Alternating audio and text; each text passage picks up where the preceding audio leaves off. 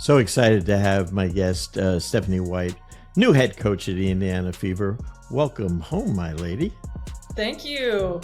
So exciting. They say a rookie season can define a career. But what happens when the player is so good that she shines and breaks 62 records, despite of her coach? Caitlin Clark, the most electrifying player in WNBA history, should have been celebrating one of the greatest rookie seasons of all time. And she did. However, her debut year with the Indiana Fever also felt like a tug-of-war. Between her immense talent and the limitations of a team held back by poor leadership, behind the scenes, frustrations simmered, missed opportunities, mismanaged moments.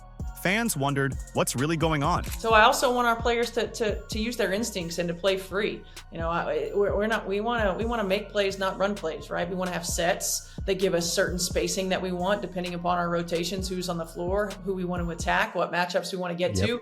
How can we manipulate them? So we'll have certain play calls that just give us space to operate. And then whichever play we make, whichever pass we make determines, one of three actions that our players can read from. And so really giving them the freedom to play within a system. Enter Stephanie White, their new coach with a bold new vision and zero tolerance for mediocrity. In her latest interview with Coaching You, White doesn't just set the record straight, she drops bombshells about how Caitlin Clark and the Indiana Fever would shine under new management. Today, we're unpacking the truth.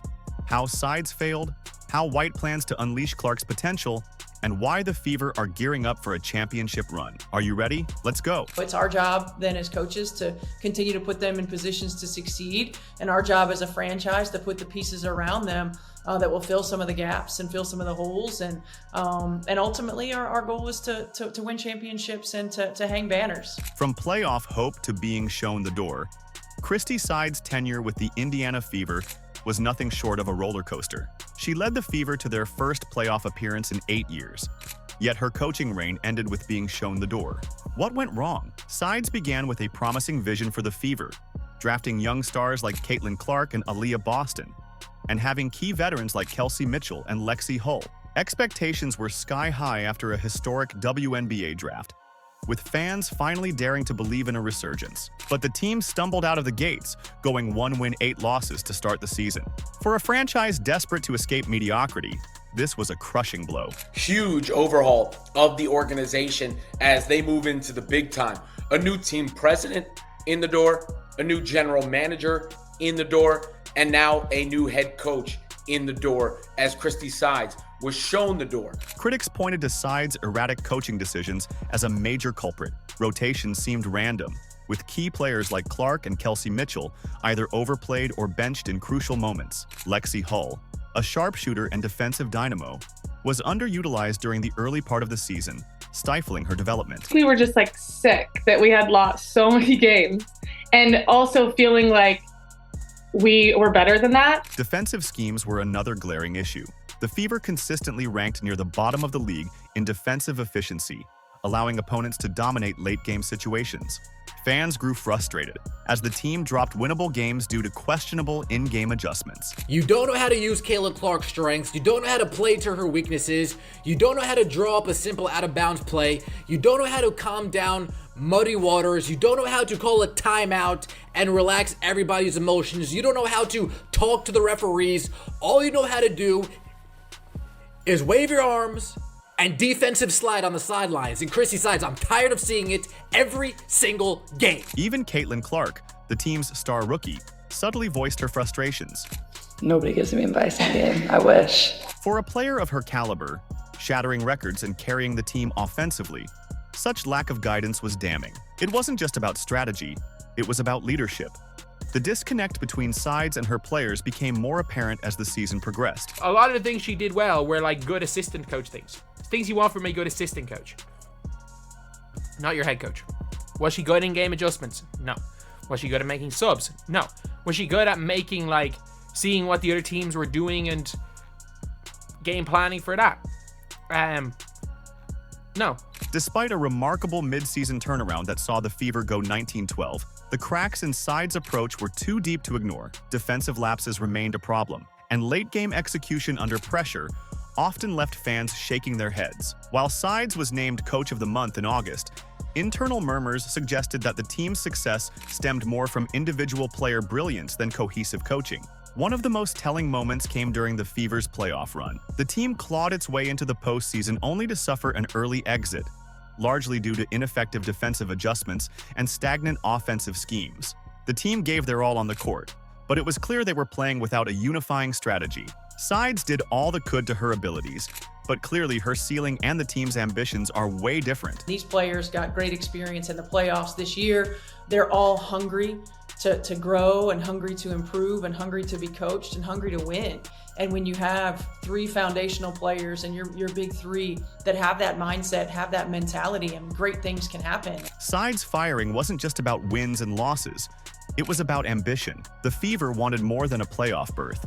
They wanted dominance. Sides' inability to unleash the full potential of her players, particularly Clark, was the final straw.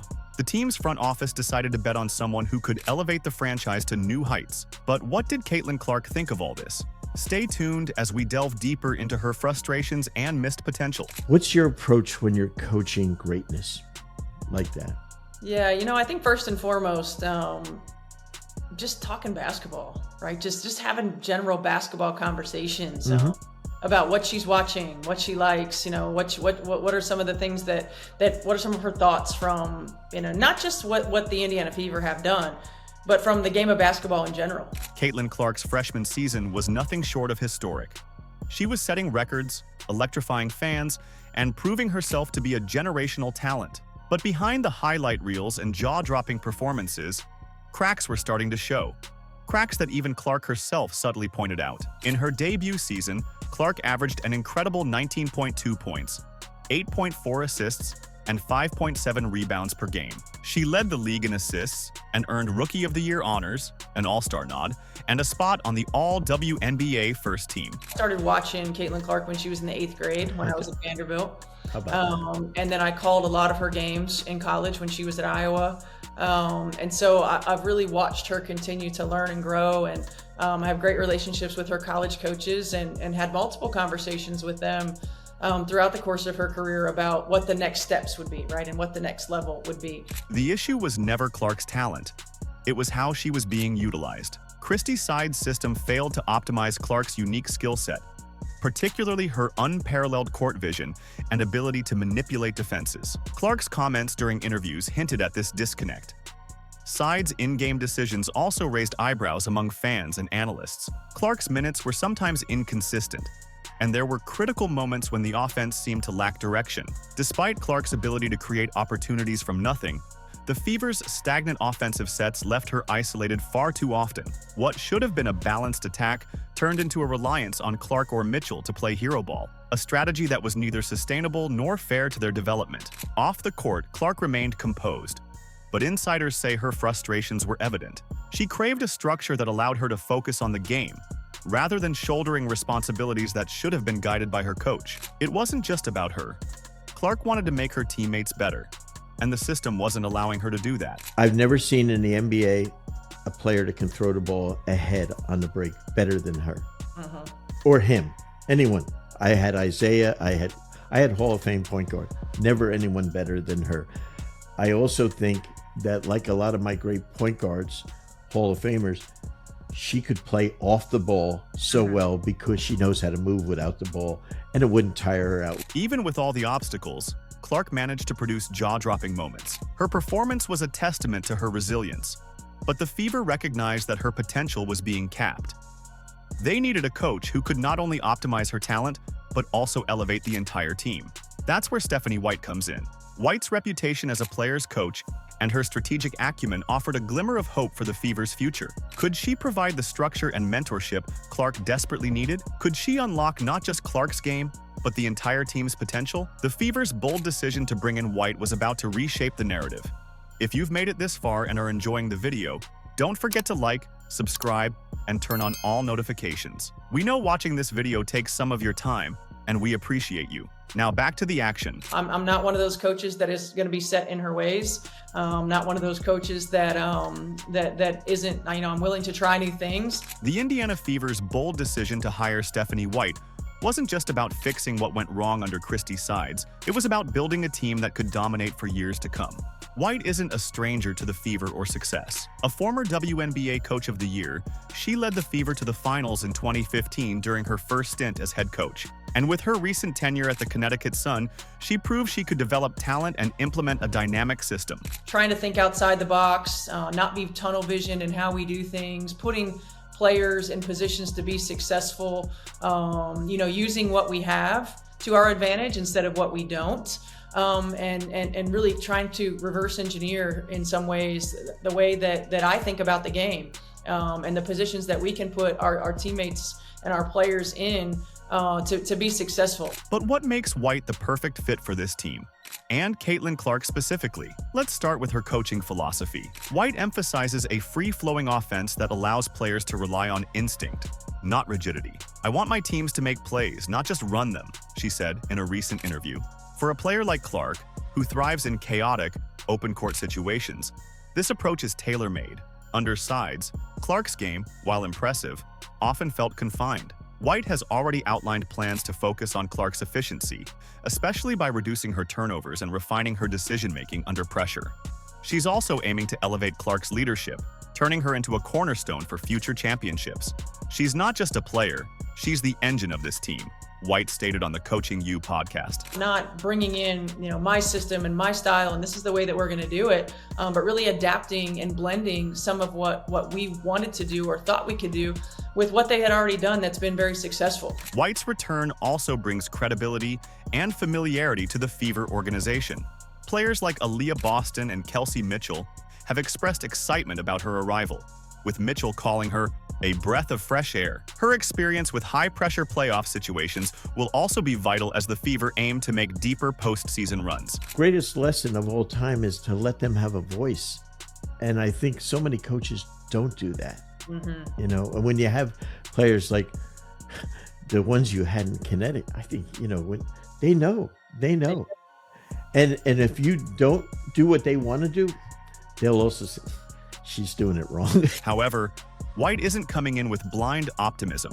She's acknowledged the challenges ahead, particularly in improving the Fever's defense and solidifying their late-game execution. But with her ability to blend veteran savvy with innovative thinking, there's a renewed belief that the Fever's potential can finally be unlocked. First and foremost, it's a mindset. You've got to be committed to it. And so establishing that this is going to be a part of our DNA and a part of who we are right away and is going to be important. The Fever's front office also sees White as a long-term investment. Her knack for developing young talent aligns perfectly with the Fever's roster, which is brimming with promising players who need guidance to reach their full potential. And with Caitlin Clark at the helm, White knows the stakes couldn't be higher. As White begins to implement her system, the question isn't whether the Fever will improve, it's how far they can go. Can they make the leap from a promising young team to a legitimate contender? The pieces are in place, but it's up to White to fit them together. Buying into doing the individual things that it takes. First and foremost, communication. You can't say that you want to win if you're not willing to communicate. Positioning, activity level.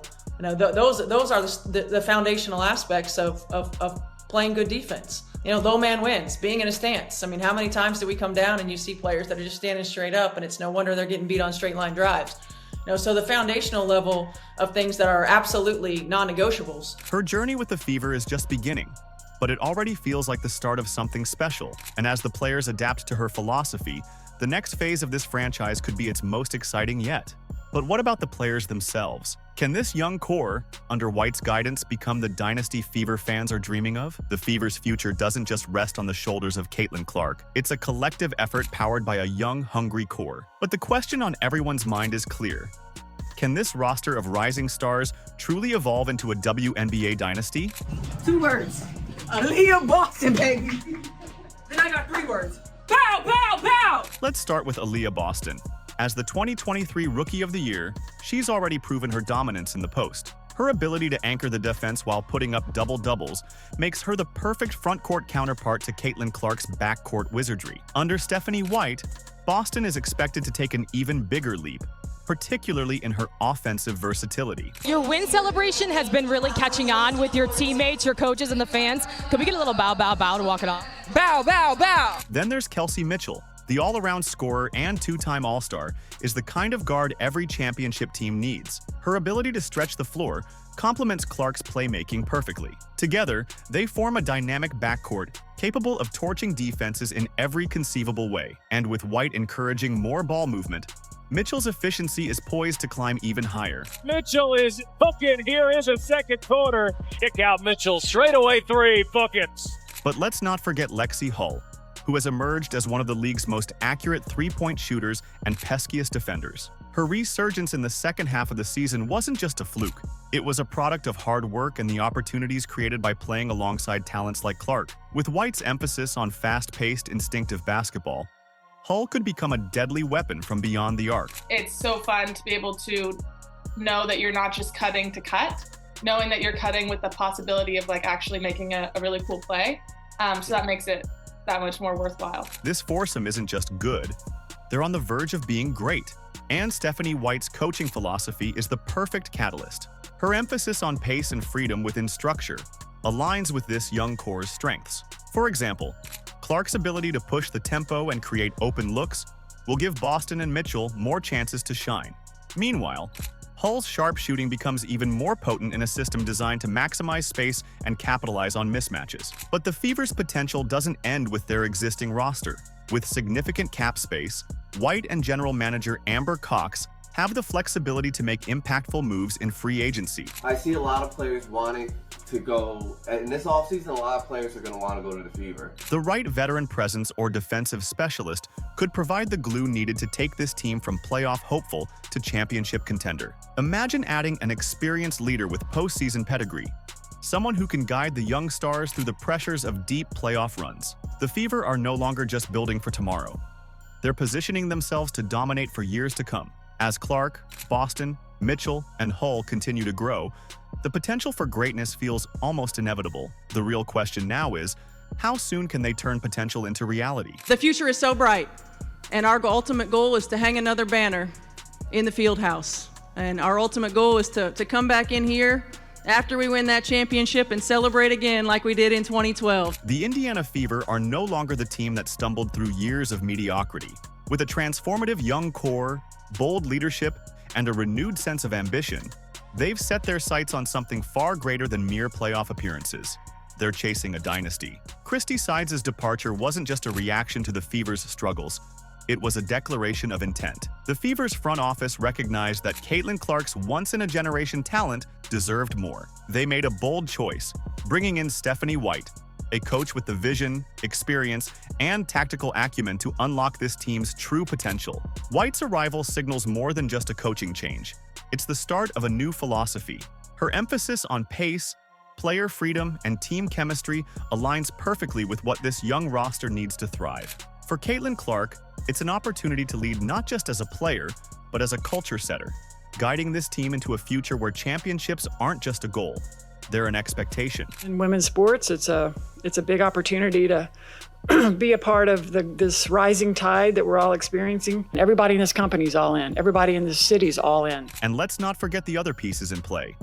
Aaliyah Boston's dominance in the paint, Kelsey Mitchell's sharpshooting, and Lexi Hull's resurgence as a perimeter threat are all signs that the Fever's foundation is built for long-term success. Add in the cap space for strategic free agent signings, and this team is poised to become a perennial powerhouse. But with great talent comes great pressure. The Fever's climb to the top won't be easy. They'll face seasoned contenders, mounting expectations, and the relentless grind of a league that's more competitive than ever. Yet, if this season has shown us anything, it's that the Fever are ready to embrace the challenge. So, where does this team go from here? Will Stephanie White's system turn potential into championships? Can Caitlin Clark and her teammates rise to the occasion when it matters most? One thing is certain. The Indiana Fever are no longer just playing for relevance. They're playing to make history. As we look ahead to the 2025 season and beyond, the Fever's journey is one that fans won't want to miss. This is more than a comeback story.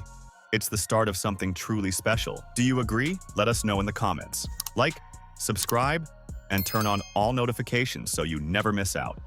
Click the video on the screen, and we will see you in the next one.